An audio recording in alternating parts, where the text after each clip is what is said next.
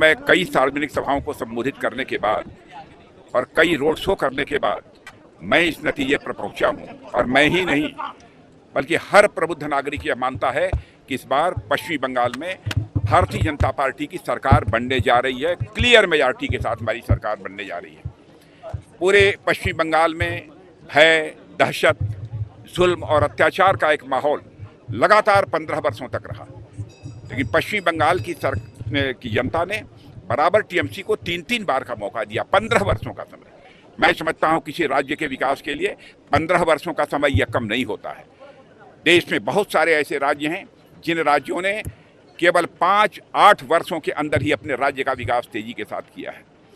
पहले इस पश्चिमी बंगाल का कंट्रीब्यूशन, योगदान, जो देश की अर्थव्यवस्था में जो 10% हुआ करता था, टीएमसी के आने के बाद वो घटकर 5% तक पहुंच गया है।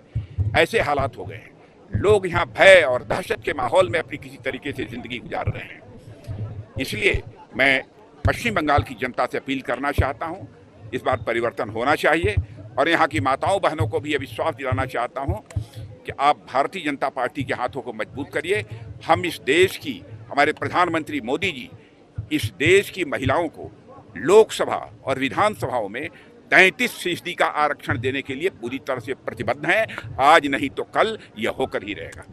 आप देखिए, नंबर ऑफ सीट्स के बारे में मैं फोरकास्ट नहीं कर सकता हूं, लेकिन इतना मैं जरूर कहना चाहता हूं कि क्लियर मेजॉरिटी हासिल होगी भारतीय जनता पार्टी को, और इस पॉसिबिलिटी को भी रूल आउट नहीं किया जा सकता कि यहां पर भारतीय जनता पार्टी को 2/3 मेजॉरिटी हासिल हो। मैं यहाँ की जनता से ये अपील करना चाहता हूँ, इतनी कड़कड़ाती धूप के बावजूद इतनी बड़ी संख्या में लोग इस पदयात्रा में मौजूद थे।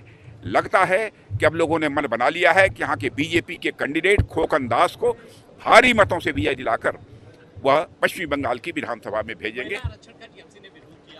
नहीं, टीएमसी ने, डीएमके ने, कांग्रेस ने, समाजवादी पार्टी ने, सभी ने विरोध किया है। लेकिन महिलाएं, जब चुनाव होगा उसमें इन राजनीतिक पार्टियों को, जिन्होंने कि महिलाओं के 33% आरक्षण का विधानसभा लोकसभा में विरोध किया है, उनको सबक सिखा देंगी। सर, ऑपरेशन सिंदूर बालाकोट को लेकर जादूगर कहा है मोदी जी को, राहुल गांधी का ये बयान आया था। नहीं, वो उस पर जो बोलना था मैंने 1 मिनट में बोल दिया था संसद में। आप चिंता मत करिए। बहुत बड़ी ऑपरेशन सिंदूर मैं समझता हूँ कि अब तक की एक बहुत बड़ी सक्सेस थी, और मैं इसके लिए अपने सेना के बहादुर जवानों को बधाई देता हूँ।